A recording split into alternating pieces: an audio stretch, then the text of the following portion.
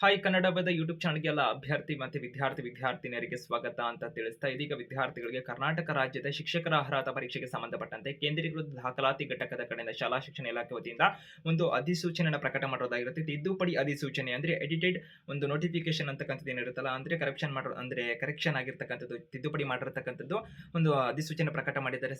October ತಿಂಗಳ 30ನೇ ತಾರೀಕು 2025 ಇಂದು ಮಾಹಿತಿ ಬಂದಿರುವಂತದ್ದಾಗಿರುತ್ತೆ. ಆ ಕಾರಣಕ್ಕೆ ಬೇಗ ವಿಡಿಯೋ ಮಾಡಿ ನಿಮಗೆ ಮಾಹಿತಿಯನ್ನು ತಿಳಿಸ್ತಾ ಇದೀವಿ. ಸೊ ನಮ್ಮ ಒಂದು ಪರೀಕ್ಷೆ ಕಾರಣಕ್ಕೆ ನಾವು ವಿಡಿಯೋಸ್ಗಳನ್ನ ಕೂಡ ಮಾಡಿದ್ದಿಲ್ಲ ಅಂತ ಹೇಳ್ಬೋದಾಗಿರುತ್ತೆ. ಸೊ ಆದ್ರೆ ಒಂದು ಇಂಪಾರ್ಟೆಂಟ್ ಇನ್ಫಾರ್ಮೇಷನ್ ಇರೋದ್ರಿಂದ ನಿಮಗೆ ವಿಡಿಯೋಸ್ ಮಾಡಿ ತಿಳಿಸ್ತಾ ಇರುವಂತದ್ದಾಗಿರುತ್ತೆ. ಇದೀಗ ಇಲಾಖೆಯವರು ಏನ್ ಮಾಹಿತಿನ ಕೊಟ್ಟಿದ್ದಾರೆ ಅಂತ ತಿಳಿಸುವಂತಂದ್ರೆ, ಒಂದು ವಿದ್ಯಾರ್ಥಿಗಳಿಗೆ ಚೇಂಜಸ್ ಎಲ್ಲ ಆಗ್ತಾ ಇತ್ತು. ಅಂದ್ರೆ ಅಪ್ಲಿಕೇಶನ್ ಹಾಕ್ಲಿಕ್ಕೆ ಟಿಇಟಿಗೆ ಅವಕಾಶನ ಕೊಟ್ಟರು ಅಕ್ಟೋಬರ್ 3ರಿಂದ ವಿದ್ಯಾರ್ಥಿಗಳು ಅಕ್ಟೋಬರ್ ತಿಂಗಳ 23ನೇ ತಾರೀಕಿನಿಂದ ನವೆಂಬರ್ ತಿಂಗಳ 9ನೇ ತಾರೀಕು ತನಕ ಅವಕಾಶ ಇರುತ್ತೆ ಅಂತ ಮಾಹಿತಿಯನ್ನು ಕೊಟ್ಟರು.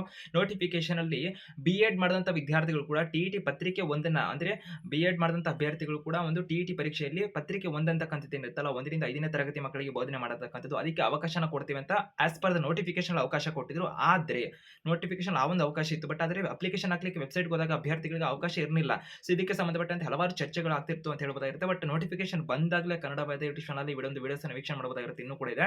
ಸೊ ನೋಟಿಫಿಕೇಶನ್ ಎಡಿಟ್ ಮಾಡಬೇಕಿತ್ತು ಇಲಾಖೆ ಕಡೆಯಿಂದ. ಸುಪ್ರೀಂ ಕೋರ್ಟ್ ಆದೇಶನೇ ಬೇರೆ ತರ ಇದೆಯಲ್ಲ ಅಂತ ನಾವು ಕೂಡ ಅಂದೇ ಸಂದರ್ಭದಲ್ಲೇ ಮಾಹಿತಿನ ಕೂಡ ಕೊಟ್ಟಿದ್ವಿ. ಸೊ ಆ ನಂತರದಲ್ಲಿ ಅಪ್ಲಿಕೇಶನ್ ಎಲ್ಲ ಶುರುವಾದಾಗ ಸೊ ಈ ಒಂದು ಚರ್ಚೆಗಳು ಹುಟ್ಟು ಆಯಿತು ಅಥವಾ ಜಾಸ್ತಿನೇ ಆಯಿತು ಅಂತ ಹೇಳ್ಬೋದಾಗಿರುತ್ತೆ. ನಾವು ಕೂಡ ಒಂದು ಮಾಹಿತಿನ ಕೂಡ ತಿಳಿಸಿದ್ವಿ. ವೆಯ್ಟ್ ಮಾಡಿ ನೋಡಿ, ಅಪ್ಲಿಕೇಶನ್ ಹಾಕ್ಲಿಕ್ಕೆ ನವೆಂಬರ್ 9ರ ತನಕ ಅವಕಾಶ ಇರುತ್ತೆ. ಸೊ ಆ ಕಾರಣಕ್ಕೆ ಇಲಾಖೆಯವರು ಚೇಂಜಸ್ ಮಾಡ್ತಾರೆ ಏನು ಅಂತ ವೆಯ್ಟ್ ಮಾಡಿ ನೋಡಿ, ಅಪ್ಲಿಕೇಶನ್ ಆತುರದಲ್ಲಿ ಹಾಕಬೇಡಿ ಅಂತ ಕೂಡ ನಾವು ತಿಳಿಸಿದ್ವಿ. ಇದೀಗ ಒಂದು ತಿದ್ದುಪಡಿಯನ್ನು ಅಧಿಸೂಚನೆಯನ್ನು ಇಲಾಖೆ ಕಡೆಯಿಂದ ಪ್ರಕಟ ಮಾಡುವಂತದ್ದಾಗಿರುತ್ತೆ. ಇದರಲ್ಲಿ ಏನೇನು ಮಾಹಿತಿನ ಕೊಟ್ಟಿದ್ದಾರೆ, ಯಾರಿಗೆ ಇದು ಗುಡ್ ನ್ಯೂಸ್ ಆಗುತ್ತೆ ಅಂತ ತಿಳಿಸುವಂತಾದರೆ, ಅದಕ್ಕೂ ಮುಂಚೆ ಹೆಚ್ಚಿಗೆ ಅಪ್ಡೇಟ್ಸ್ ಇನ್ಫಾರ್ಮೇಷನ್ ಮಾಹಿತಿನ ತಿಳ್ಕೊಳ್ಳೋದಕ್ಕೆ ಕನ್ನಡ ಬೈ ಯೂಟ್ಯೂಬ್ ಚಾನಲ್ಗೆ ಸಬ್ಸ್ಕ್ರೈಬ್ ಆಗಬಹುದು. ಬೆಲ್ ಐಕಾನ್ ಕೂಡ ನೀವು ಕ್ಲಿಕ್ ಮಾಡಿ ಇಟ್ಕೊಬೋದಾಗಿರುತ್ತೆ ಅಂತ ಮತ್ತೊಮ್ಮೆ ಮಾಹಿತಿನ ತಿಳಿಸ್ತಾ, ಇನ್ಸ್ಟಾಗ್ರಾಮ್ ಕೂಡ ಹೆಚ್ಚುವರಿ ಮಾಹಿತಿ ನೀವು ಪಡ್ಕೊಂತ ಇರಬಹುದಾಗಿರುತ್ತೆ. ಮತ್ತೆ ಟೆಲಿಗ್ರಾಮ್ ಲಿಂಕ್ ಕೂಡ ಡಿಸ್ಕ್ರಿಪ್ಷನ್ ಇರುತ್ತೆ ಅಂತ ತಿಳಿಸ್ತಾ, ಈಗ ಆಸ್ ಪರ್ ದ ಒಂದು ನೋಟಿಫಿಕೇಶನ್ ನಲ್ಲಿ ಚೇಂಜಸ್ ಕೂಡ ಆಗಿರುವಂತದ್ದಾಗಿರುತ್ತೆ. ತಿದ್ದುಪಡಿ ಅಧಿಸೂಚನೆ ಅಂತ ಅವ್ರು ಪ್ರಕಟ ಮಾಡಿದ್ದು, ಅದರಲ್ಲಿ ವಿದ್ಯಾರ್ಥಿಗಳಿಗೆ ಬಿ.ಎಡ್ ಮಾಡಿದಂಥ ಅಭ್ಯರ್ಥಿಗಳಿದೆಯಲ್ಲ, ಹಿಂದೆ ಸುಪ್ರೀಂ ಕೋರ್ಟ್ ಆರ್ಡರ್ ಕೂಡ ಆಗಿತ್ತು, ಮತ್ತೆ ಇದೊಂದು ಚರ್ಚೆಗಳೆಲ್ಲ ಆಗೋದೇ ರೀತಿನೇ ಕಾಣಿಸ್ತಿತ್ತು. ಬಟ್ ಅದರಲ್ಲಿ ಒಂದು ಕೇಂದ್ರೀಕೃತ ದಾಖಲಾತಿ ಘಟಕ ಅಥವಾ ಶಾಲಾ ಶಿಕ್ಷಣ ಇಲಾಖೆಯವರು ಒಂದು ಕನ್ಕ್ಲೂಷನ್ ಅನ್ನ ಕೊಟ್ಟಿರೋ ರೀತಿಯಲ್ಲಿ ಕಾಣ್ತಿರುವಂತದ್ದಾಗಿರುತ್ತೆ. ಸೊ ಒಂದು ಅಫಿಷಿಯಲ್ ಆಗಿ ಅನೌನ್ಸ್ಮೆಂಟ್ ಅನ್ನ ಅವರೇ ಕೊಟ್ಟಿರುವಂತದ್ದಾಗಿರುತ್ತೆ.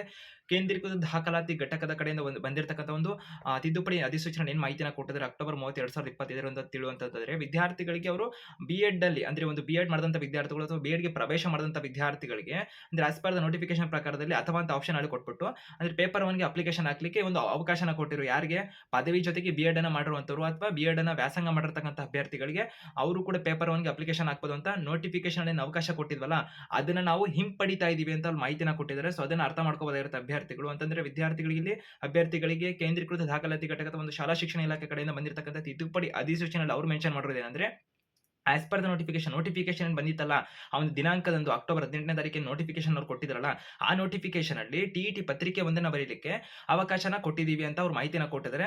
ಅದನ್ನ ನಂತರದಲ್ಲಿ ಅಥವಾ ಅಂತ ಕೊಟ್ಟಿದ್ವಿ. ಅದರಲ್ಲಿ ಪದವಿ ಆಗಿರ್ಬೋದು, ಬಿ.ಎಡ್ ಆಗಿರುತ್ತೆ ಕಂಪ್ಲೀಟ್ ಆಗಿರುವಂತವ್ರು, ನಂತರದಲ್ಲಿ ಒಂದು ಅಭ್ಯಾಸ ಮಾಡ್ತಿರ್ತಕ್ಕಂಥವ್ರು ಬಿ.ಎಡ್ ಗೆ ಜಾಯ್ನ್ ಆಗಿ ಅವರೆಲ್ಲರಿಗೂ ಕೂಡ ಒಂದು ಪೇಪರ್ 1 ಅನ್ನ ಬರೀಲಿಕ್ಕೆ ಅವಕಾಶ ಇರುತ್ತೆ ಅಂತ ಅವ್ರು ತಿಳಿಸಿದ್ರು. ಬಟ್ ಅದನ್ನ ಹಿಂಪಡೆದಿದ್ದೀವಿ ಅಂತ ಹೇಳ್ತಾರೆ. ಅಂದ್ರೆ ಆ ಒಂದು ಆಪ್ಷನ್ ಏನಿತ್ತಲ್ಲ, ಅಂದ್ರೆ ಬಿ.ಎಡ್ ಮಾಡಿದ್ರು ಪೇಪರ್ 1 ಅನ್ನ ಮಾಡಬಹುದು ಅಂತಕ್ಕಂಥ ಒಂದು ಚರ್ಚೆಗಳು ಏನಿತ್ತಲ್ಲ ನೋಟಿಫಿಕೇಶನ್ ಪ್ರಕಾರ, ಆ ನೋಟಿಫಿಕೇಶನ್ ಇವಾಗ ಅವರು ತಿದ್ದುಪಡಿ ಅಧಿಸೂಚನೆ ಅಂದ್ರೆ ಎಡಿಟೆಡ್ ಮಾಡಿ ಅಥವಾ ಒಂದು ಕರೆಕ್ಷನ್ ಮಾಡೋರ ಮುಖಾಂತರದ ನೋಟಿಫಿಕೇಶನ್ ಅಲ್ಲಿ ಇವಾಗ ಅವ್ರು ಮಾಹಿತಿಯನ್ನು ತಿಳಿಸಿದ್ದಾರೆ. ಅಂದ್ರೆ ಫುಲ್ ನೋಟಿಫಿಕೇಶನ್ ಕರೆಕ್ಷನ್ ಆಗಿಲ್ಲ, ಬಟ್ ಈ ಒಂದು ಬಂದಿದೆಯಲ್ಲ ಇವಾಗ ತಿದ್ದುಪಡಿ ಅಧಿಸೂಚನೆ ಇದೇ ಫೈನಲ್ ಆಗಿರುತ್ತೆ. ಆ ಕಾರಣಕ್ಕೆ ಅಫಿಷಿಯಲ್ ಆಗಿ ಇಲಾಖೆಯವರು ಅನೌನ್ಸ್ಮೆಂಟ್ ಅನ್ನ ಕೊಟ್ಟಿರುವಂತದ್ದಾಗಿರುತ್ತೆ.